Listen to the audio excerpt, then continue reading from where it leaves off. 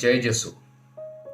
प्रियजनों, बाइबल तीर्थ यात्रा के 45वां दिन में प्रभु यीशु के नाम पे फादर आप सभी लोगों को अभिवादन करते हैं। हालेलुया। आज खुशी का दिन है क्योंकि हम निर्गमन ग्रंथ बाइबल का दूसरा पुस्तक उसको हम पढ़कर समाप्त किए हैं। आखिरी 2 अध्याय आज हमने पढ़े और स्तोत्र संज्ञा 3 और मार्कुस के सुसमाचार को समाप्त करते हुए आज हम लूकस के सुसमाचार में प्रवेश किए हैं। पहला अध्याय निर्गमन ग्रंथ में 39 और 40वां अध्याय हमको आज मनन करना था, पढ़ना था। मैं आपका ध्यान विशेष रूप से वो 39वां अध्याय के आखिरी 2 वचनों में बुला रहा हूं, 42 और 43, 42 और 43। इजरायलियों ने ठीक उसी तरह काम किया जैसा कि प्रभु ने मूसा को आदेश दिया था। मूसा ने सारे काम का निरीक्षण किया और जब उसने देखा कि उन्होंने उसे ठीक उसी तरह पूरा किया जैसा कि प्रभु ने मूसा को आदेश दिया था, तो मूसा ने उन्हें आशीर्वाद दिया। प्रियजनों, हम क्या देख रहे थे पिछले कई अध्यायों से, वो यह है 25वां अध्याय से लेकर 31वां अध्याय तक प्रभु ने मूसा को जिन बातों को प्रकट किया था, यानी पवित्र निवास स्थान, प्रभु का पवित्र स्थान और मंजूषा, यह सब किस तरह बनानी है, उससे जुड़ी हुई सारी बातों को प्रभु मूसा पे प्रकट किया था 6 पूरे अध्यायों में। और 35वां अध्याय से लेकर ये 39वां अध्याय तक हम देख रहे हैं जो कुछ मूसा को प्रभु ने बताया वो सब इस्राएली लोग करते आ रहे हैं, सब कुछ पूरा किया।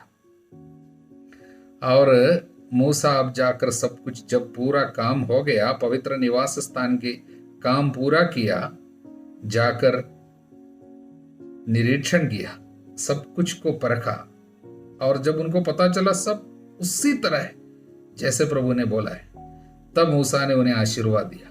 हालेलुया। प्रियजनों, ये पवित्र निवास स्थान और मंजूषा से जुड़ी हुई बातों में प्रभु बहुत ज्यादा ध्यान दे रहे हैं, महत्व दे रहे हैं। इसका कारण यही है, ये चीज जो है निवास स्थान प्रभु का, प्रभु के लिए बहुत ही महत्वपूर्ण है, हमारे लिए भी होना चाहिए। आध्यात्मिक जीवन में ये बहुत ही महत्वपूर्ण कार्य है। इससे जुड़ी हुई काफी बड़ी संदेश है छिपा हुआ, उसमें बहुत बड़ी आध्यात्मिक अर्थ छिपे हुए हैं। इसमें कुछ हम आने वाले दिनों में प्रकट करने जा रहे हैं, लेकिन आप लोगों में मुझे फिर से शिकायत है, बहुत कम लोग वचन की व्याख्या देख रहे हैं, इसलिए हम थोड़ा सा काफी चीजें जो देना चाहते हैं उसको हम रोक रोक रख रहे हैं आपके उत्साह को देखने के लिए। तो यहां पर बात यह है, प्रभु ने जो कुछ भी बोला वैसे इन लोगों ने किया, तब आशीर्वाद मूसा ने उनको दिया।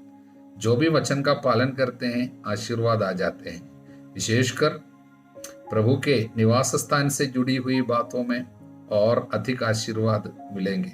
प्रभु अपने घर के बारे में बहुत ही उत्साही है। हालेलुया। और अगला वचन 40वां अध्याय का पहला वचन, प्रभु ने मूसा से कहा, पहले महीने के पहले दिन दर्शन कक्ष निवास की स्थापना करो, उसमें विधान की मंजूषा रखो। विधान की मंजूषा और दर्शन कक्ष के अंदर, यानी प्रभु के निवास स्थान के अंदर रखना। कब? पहले महीने के पहले दिन। और 16वां वचन, प्रभु ने जो कुछ कहा था मूसा ने वो सब पूरा किया। दूसरे वर्ष के प्रथम महीने, उस महीने के प्रथम दिन निवास का निर्माण हुआ। अब आप जानते हैं मिस्र से निकलने के बाद कितना समय हुआ? दूसरे वर्ष, यानी पिछले साल के पहले महीने के 14 तारीख को 14वां दिन मिस्र से निकले थे। अब दूसरा वर्ष, पहला महीना, पहला दिन, यानी 14 दिन बीतेंगे, तब 1 साल पूरा हो जाएगा। मतलब पिछले 1 साल से अब मिस्र से निकलने के बाद इस्राएली लोग मरुभूमि में, अब कहां पे है? अब सिनाई के मरुभूमि में है, पर्वत के नीचे है। अब यहां से कब निकलेंगे? अभी अगला पुस्तक जो है, हम लोग लेवी ग्रंथ पूरा यहीं पे है, और गणना ग्रंथ के 10वां अध्याय में हम देखेंगे इस जगह से सिनाई से उन लोग प्रस्थान करेंगे। तब तक हम लोग इसी जगह में हैं। तो यहाँ पर प्रभु ने जैसे आदेश दिया और पहले महीने के पहले दिन दर्शन कक्ष निवास की स्थापना किया, उसमें विधान की मंजूषा रखा। अब 34वां वचन, तब एक बादल ने दर्शन कक्ष को ढक लिया और प्रभु की महिमा निवास में भर गई। प्रभु की महिमा निवास में भर गई। ये वचन बहुत ही महत्वपूर्ण है। देखिए, विधान की मंजूषा जब दर्शन कक्ष के अंदर पवित्र निवास स्थान में रखे गए, तब किस तरह प्रभु की महिमा उस पर छा गई। अब हम लूकस के सुसमाचार के अध्याय 1 में, जहां पर आज हम पढ़े थे, वहां पर 35वां वचन बहुत ही महत्वपूर्ण है। स्वर्गदूत ने उत्तर दिया, पवित्र आत्मा आप पर उतरेगा, सर्वोच्च प्रभु की शक्ति की छाया आप पर पड़ेगी। देखिए, पवित्र ग्रंथ की व्याख्या करने वाले पंडित लोग बताते हैं, ये दोनों जगह में इस्तेमाल किए हुए वचन एक प्रकार है, शब्द एक ही शब्द है, जो लूकस के सुसमाचार में ग्रीक भाषा में और निर्गमन ग्रंथ के इस अध्याय 40वां अध्याय का 34वां वचन, ये जो है इब्रानी भाषा में। लेकिन ये दोनों एक ही शब्द इस्तेमाल किया हुआ है। इसका मतलब क्या है? पुराने विधान की मंजूषा के ऊपर जिस तरह पवित्र आत्मा, ईश्वर का अभिषेक, ईश्वर की महिमा छा गए थे, नए विधान में माता मरियम के ऊपर वो कौन है? वो विधान की मंजूषा है। इसलिए नए विधान की मंजूषा जो है मां मरियम है, और उनके ऊपर भी पवित्र आत्मा, ईश्वर की महिमा उसी तरह छा गई। इसलिए पुराने विधान और नए विधान को जोड़ने की कड़ी के रूप में इस शब्द को, इन दोनों को हम देख सकते हैं निर्गमन ग्रंथ के 40-34 और नए विधान में लूकस के सुसमाचार अध्याय 1-35। हल्लेलुया। प्रियजनों, अब हम स्तोत्र संज्ञा 3 में आए हैं, और इस पर लिखा है, यह स्तोत्र दाऊद का है। वह उस समय का है जब वो अपने पुत्र अबसलोम के पास से भागा था। इसलिए ये स्तोत्र के पृष्ठभूमि देखना है तो हमको सामुएल के दूसरे पुस्तक के अध्याय 15 से लेकर पढ़ने से हमको समझ में आएंगे। वहां पर अबसलोम बेटा है दाऊद का, किस तरह दाऊद को मारने के लिए शत्रुओं के एक गिरोह को लेके दाऊद का पीछा कर रहे हैं। और उस समय दाऊद के मन में किस प्रकार की भावना थी, और तकलीफ की घड़ी में उनके मन में किस प्रकार प्रभु की शांति भरी हुई थी, ये हम लोग इस स्तोत्र में पढ़ते हैं। प्रियजनों, लेकिन इस स्तोत्र का एक आध्यात्मिक अर्थ भी है। संत अगस्तिन, क्रिसोस्तोम, इस तरह अनेक सुसमाचार की और वचन की व्याख्या करने वाले पंडित लोगों ने कहा है, ये तीसरा स्तोत्र प्रभु ईसा मसीहा के बारे में इंगित करते हैं। यीशु ने जो दुख भोगा, किस तरह यीशु का ऊपर अत्याचार किया गया, अपने ही लोग उनका तिरस्कार किया, यहाँ तक कि उनके चेलों में से एक किस तरह उनको त्याग दिया और पकड़वाया, और कितने तकलीफ से होकर यीशु स्वयं गए, उनकी ओर इंगित करते हैं। कैसे भी वो हम इसको ऐतिहासिक तरीके से, यानी जब ये लिखा गया था उस समय दाऊद के बारे में था, इसलिए उनकी आंखों से इसको समझने की कोशिश हम लोग करेंगे। हल्लेलुया। पहली बात, प्रभु कितने ही है मेरे शत्रु, कितने हैं जो मुझसे विद्रोह करते हैं। प्रियजनों, सामुएल के दूसरे पुस्तक के 15वां अध्याय 13वां वचन में हम लोग पढ़ते हैं, दाऊद के साथ जितने भी लोग पहले रहते थे, उनमें कई लोग दाऊद को छोड़ के शत्रु के साथ, यानी दाऊद के बेटा जो शत्रु बन के आया, उनके साथ जुड़ गए थे। तब अपने अनेक मित्र लोग, साथी लोग जब उनके खिलाफ आने का दर्द लेकर वो प्रार्थना कर रहे हैं, मेरा शत्रु बढ़ रहे हैं, और ये शत्रु क्या बोल रहे हैं, प्रभु इनकी मदद नहीं करेगा। प्रियजनों, एक व्यक्ति के जीवन के सबसे दर्दनाक समय यह है जब उनको यह लगता है कि प्रभु उनकी मदद नहीं करेगा। चाहे सभी लोग जाने पर भी हमको एक आशा है कि प्रभु हमारे लिए कुछ करेगा, लेकिन जब आपके हृदय में कोई बोलते हैं या आपको यह सुनना पड़ रहा है चारों ओर से कि प्रभु तुम्हारे लिए कुछ नहीं करेगा, लोग ये ऐसा नहीं बोल रहे हैं कि प्रभु कुछ कर नहीं सकेगा इनके लिए, बल्कि उन लोग इसलिए बोल रहे हैं दाऊद के पाप के कारण प्रभु इनके लिए कुछ नहीं करेगा, यानी प्रभु की मदद के लिए योग्य नहीं है, इस तरह लोग बोल रहे हैं। यह बहुत ज्यादा संकट का समय है जब लोग इस तरह बोलते हैं कि प्रभु तुम्हारे लिए कुछ नहीं करेगा। लेकिन उस समय दाऊद के मुंह से कैसा शब्द निकलता है, प्रभु तू ही मेरी ढाल और मेरा गौरव है, तू ही मेरा सिर ऊंचा करता है। विश्वास का शब्द बोलता है। ये प्रार्थना नहीं कर रहे हैं ये बोल के कि प्रभु तू मेरी ढाल बन जा या तू मेरा गौरव बन जा, तू मेरे सिर को ऊंचा कर दे, ये नहीं बोल रहे, बल्कि वो विश्वास की घोषणा करता है। वो एक घोषणा करता है और बोलता है प्रभु तू मेरी ढाल है। भले ही चारों ओर सारे लोग ये बोल रहे हैं प्रभु मुझे टुकरा दिया, शत्रु की संख्या बढ़ती जा रही, लेकिन तू मेरी ढाल है, मतलब तू ही मुझे बचाने वाला है। और वो घोषणा विश्वास का शब्द बोलता है। जो विश्वास का शब्द बोलते हैं वो प्रभु के लिए एक बहुत प्रिय है। प्रियजनों, इस तरह बोलने वालों के लिए ईश्वर का चमत्कार होता है।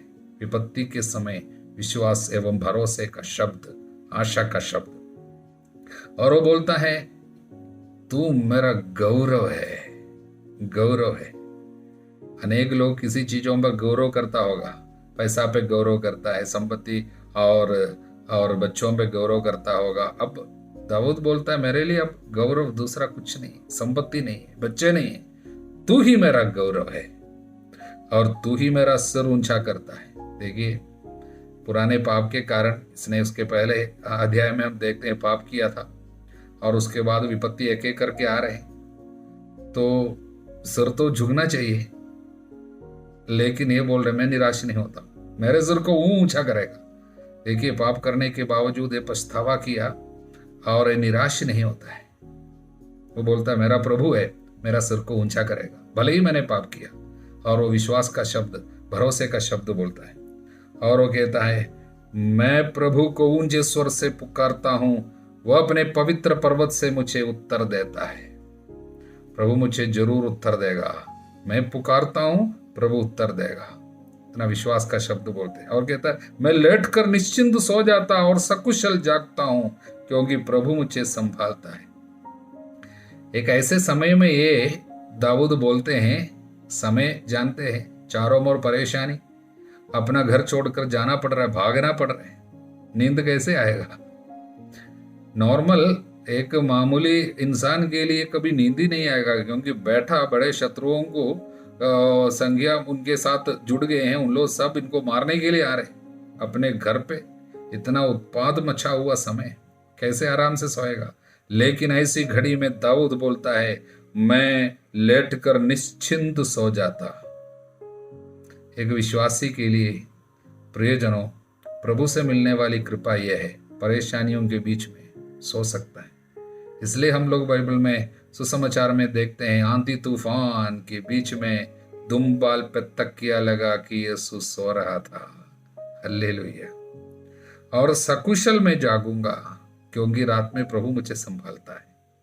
प्रियजनों, जब हम सोते हैं पूरी दुनिया के लिए हम जैसे मर जाता है, क्योंकि हमारा पूरा शरीर, हम कुछ नहीं जानते हैं सोते समय क्या क्या होगा, कौन आएगा, हमारे साथ क्या करेगा।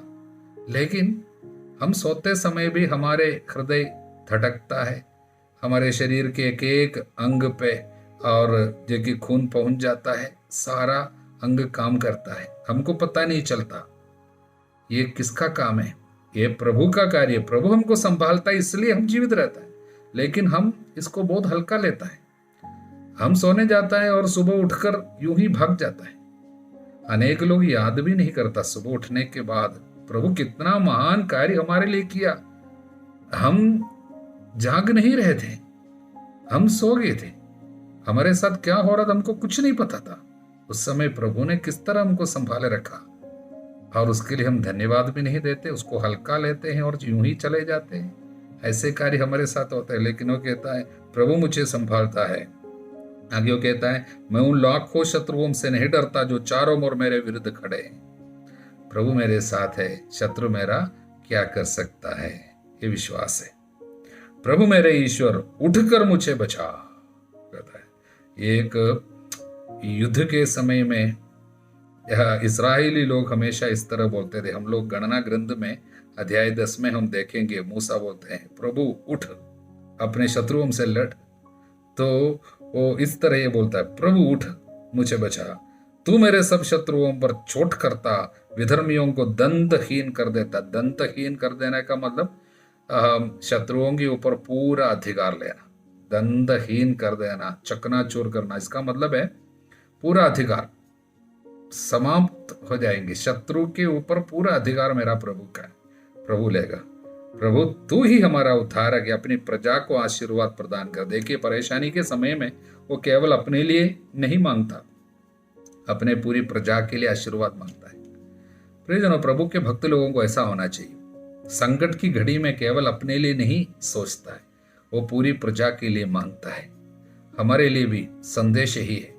जीवन के दुख तकलीफों के बीच में हम भी आराम से सो पाएंगे और हम जागेंगे, क्योंकि प्रभु हमको संभालते हैं। चारों ओर शत्रु है, लेकिन प्रभु हमको सुरक्षित रखेगा। हालेलुया। और वचन कहता है प्रभु अपनी प्रजा को आशीर्वाद प्रदान कर। हमें दूसरों के लिए प्रार्थना करनी है। हालेलुया।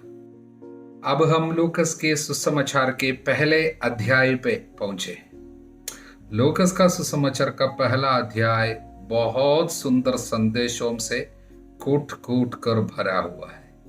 यदि इसकी पूरी व्याख्या देना है घंटों लग जाए, लेकिन हम कम समय में एक दो बातों को उत्तर देना चाहते हैं, क्योंकि किसी ने हमको मैसेज करके ये पूछा, ये दो प्रश्न पूछा। पहला प्रश्न किसी ने पूछा वो ये है कि जो जकरिया उनको गब्रिएल दूत ने अविश्वास करने के कारण एक पनिशमेंट दिया। वो वचन 20 में लिखा, देखिए जिस दिन तक ये बातें पूरी नहीं होगी उस दिन तक आप मौन रहेंगे, बोल नहीं सकेंगे, क्योंकि आपने मेरी बातों पर जो अपने समय पर पूरी होगी विश्वास नहीं किया। इसलिए ये दंड दिया था, बोल नहीं पाएंगे। लेकिन बाद में जब बच्चा पैदा होते समय, इनका नाम देने के समय लोगों ने इनसे पूछने की, कैसा पूछा, वचन 62, तब उन्होंने उसके पिता से इशारे से पूछा कि वो उसका नाम क्या रखना चाहता। इशारे से पूछा। क्यों इशारा करना पड़ा? क्या वो सुन भी नहीं सकता था? यहां पर दंड में बताया गया था बोल नहीं सकोगे, लेकिन यहां पर इशारे से पूछा, इसका मतलब वो सुन भी नहीं सकता था क्या? हालेलुया। बहुत अच्छा प्रश्न है। हमने इसके छानबीन किया, इसके विषय में इनकी व्याख्या करने वाले संत लोग और कलीसिया के जो पिता के रहते, फादर्स ऑफ द चर्च, उन लोग सब पंडित लोग क्या बोले हैं। तब मैंने पढ़ते पढ़ते देखा एक जगह में वो एक पंडित है, उसका नाम, वो संत भी है, थियोफिलैक्ट बोलते हैं, थियोफिलैक्ट। उसने लिखा है यहाँ पर जो शब्द ग्रीक भाषा में यूज किया है, गूंगा रह जाएगा, म्यूट मतलब बोल नहीं पाएगा, उसके लिए जो शब्द लिखा गया है वो कोफोस करके शब्द है। कोफोस वो ग्रीक भाषा में। तो वो शब्द को गूंगापन के अलावा बहरापन का भी अर्थ है। इसका मतलब खोफोस शब्द यूज करने से ये भी अर्थ उसमें है कि वो बहरा भी हो गया। इसलिए ये पिता जो मतलब ये पंडित जो है थियोफिलैक्ट कहते हैं ये जकरियस शायद गूंगा केवल नहीं बहरा भी हो गया होगा। आगे वो कहता है बहरा हो जाना शायद उचित भी है क्योंकि सुनने से विश्वास उत्पन्न होता है। बाइबल कहता है इसने विश्वास नहीं किया इसलिए सुनने की कृपा भी उनसे छीन लिया गया था और बोलने की कृपा तो उनके लिए निकाले गया था उनसे क्योंकि अब निराशा का मतलब वो शक का शब्द बोला था। अब ऐसा नहीं बोलना चाहिए इसलिए कुछ समय के लिए जब तक बच्चा पैदा नहीं होंगे तब तक बोल भी नहीं पाता था। इसलिए दोनों बात शायद उनके ऊपर आ पड़े हैं ये वचन से पता चलता है क्योंकि उन्होंने उनसे इशारे से पूछा था क्योंकि वो सुन नहीं सकता था इसलिए साइन लैंग्वेज की इस्तेमाल करना पड़ा। हालेलुया। अब दूसरा प्रश्न कई लोगों के मन में होगा यह है जकरियस ने स्वर्गदूत से कहा इस पर मैं कैसे विश्वास करूं क्योंकि मैं तो बूढ़ा हूं मेरी पत्नी बूढ़ी हो चली और ये पूछने के कारण उनको सजा दी गई। आगे हम 34वें वचन में पढ़ते हैं पर मरियम ने स्वर्गदूत से कहा यह कैसे हो सकता है मेरा तो पुरुष से संसर्ग नहीं है और उनको सजा नहीं दी गई है। क्यों? दोनों में क्या फर्क था? दोनों क्या अविश्वास नहीं किया? प्रियजनों इसका उत्तर सरल है। पहली बात यह है कई व्याख्याकार कहते हैं देखिए स्वर्गदूत इनसे क्या कहा था। ये कहा था जब स्वर्गदूत आए उस समय वचन 13 में स्वर्गदूत ने उनसे कहा जकरियस डरिए नहीं आपकी प्रार्थना सुनी गई है आपकी पत्नी एलिजाबेथ के एक पुत्र उत्पन्न होगा। इसका मतलब प्रार्थना किया था। ये बराबर काफी साल से प्रार्थना करता आ रहा था मेरे को बच्चा चाहिए भले ही बूढ़ा हो गया था शायद काफी साल से वो प्रार्थना किया था और आपकी प्रार्थना सुनी गई है। मतलब प्रार्थना किया था जब प्रभु उत्तर लेके आ रहे हैं तब वो शक करता है होगा क्या। पहली बात।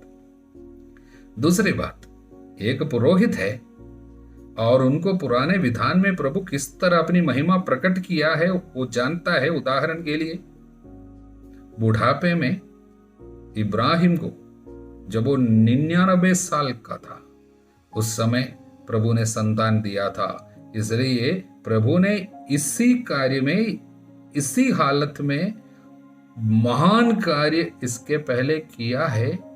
वो पुरोहित होने के नाते इनको मालूम था उसके बावजूद इसने अविश्वास किया। दूसरी बात। तीसरी बात प्रभु यीशु ने कहा जिनको अधिक दिया गया उनसे ज्यादा मांगा जाएगा।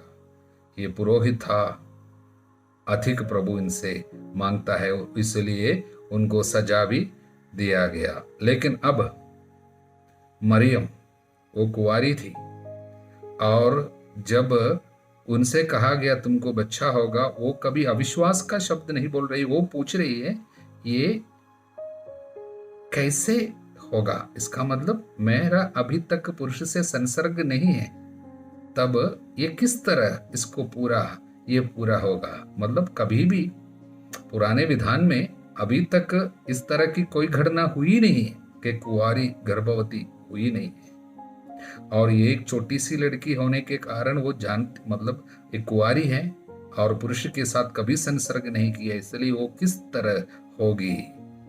ये प्रभु पर कभी अविश्वास नहीं कर रही थी बल्कि ऐसी हालत में प्रभु किस तरह इसको पूरा करना चाहते हैं वो जानकारी लेना चाहती है। और तुरंत स्वर्गदूत उनको जानकारी देता है पवित्र आत्मा पर उतरेगा इस तरह होगा।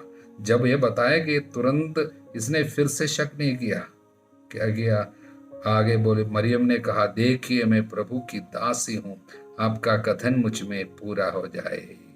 इस तरह का इसलिए मरियम कभी अविश्वास का शब्द नहीं बोली है और केवल भरोसे और आज्ञाकारिता की केवल शब्द बोली है। इसलिए मरियम के लिए वो बड़े आशीर्वाद का कारण बन रहे हैं और उनके ऊपर सजा नहीं बल्कि अभिषेक आ रहे हैं। हालेलुया। इसलिए इसी अध्याय में हमारे लिए एक बहुत सुंदर हमारी प्रार्थना हमको मिल रहे हैं।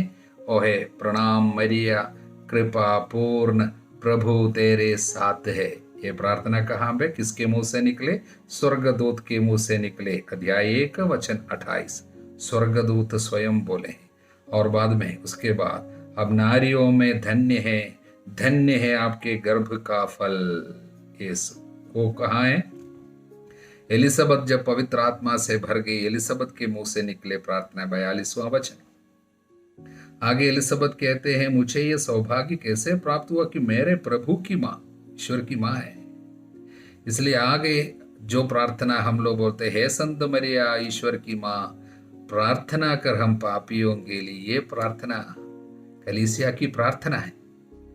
ये वचन के अनुकूल है, कारण हम लोग वचन में याकूब के अध्याय 5 वचन 16 में इस तरह पढ़ते हैं, धर्मियों की प्रार्थना बहुत प्रभावशाली है, शक्तिशाली होती है। इसलिए हम लोग धर्मियों में बहुत सबसे बड़ी धर्मी, जिसे ईश्वर के भेजा हुआ स्वर्गदूत बोलते हैं, कृपा से परिपूर्ण है, इसलिए वो धर्मी है। उनकी प्रार्थना शक्तिशाली है। वचन कहते इसलिए कलीसिया प्रार्थना करती है, हे संत मरिया ईश्वर की माता, प्रार्थना कर हम पापियों के लिए, अब और अपने हमारे मरने के समय, आमीन। ये वचन के अनुकूल है। इसलिए प्रणाम मरिया प्रार्थना शक्तिशाली प्रार्थना है। जब भी हम बोलते हैं, हम वचन को ही दोहराते हैं, इसलिए ये प्रार्थना का महत्व है। हाँ, लेकिन कुछ लोग प्रणाम मरिया नहीं बोलना है, इस तरह की प्रार्थना नहीं करने हैं, जब ऐसा कोई भी कहता है, उन लोग वचन को ठुकराते हैं। वचन दोहराना नहीं, इस तरह बोलने वाले लोग हैं। इसलिए उनके साथ नहीं रहना, ऐसी बातों को सुनना नहीं है, क्योंकि प्रणाम मरिया प्रार्थना वचन से ही है और प्रभु वचन के द्वारा हमको दे रहे हैं यह प्रार्थना, इसी को हम दोहराते हैं। हालेलुया। प्रियजनों, और अधिक संदेश इस पे हैं, लेकिन हम समय के कमी के कारण उस पे नहीं जाते हैं। प्रभु हमारे अंदरूनी आंखों को खोल दे वचन के द्वारा, और आने वाले दिनों में भी वचन के द्वारा महान कार्य प्रभु कर रहे हैं। मैं आपको फिर से सचेत करता हूँ प्रियजनों, डट कर रहना, वचन के साथ जुड़े रहना, पीछे नहीं मुड़ना, यानी वचन पढ़ना बंद नहीं करना। जरूर इस सफर में हमारे साथ आगे आगे बढ़ते जाइए। प्रभु की कृपा आप सभी लोगों के साथ बनी रहे, अब सदा सर्वदा अनंत काल तक। आमीन।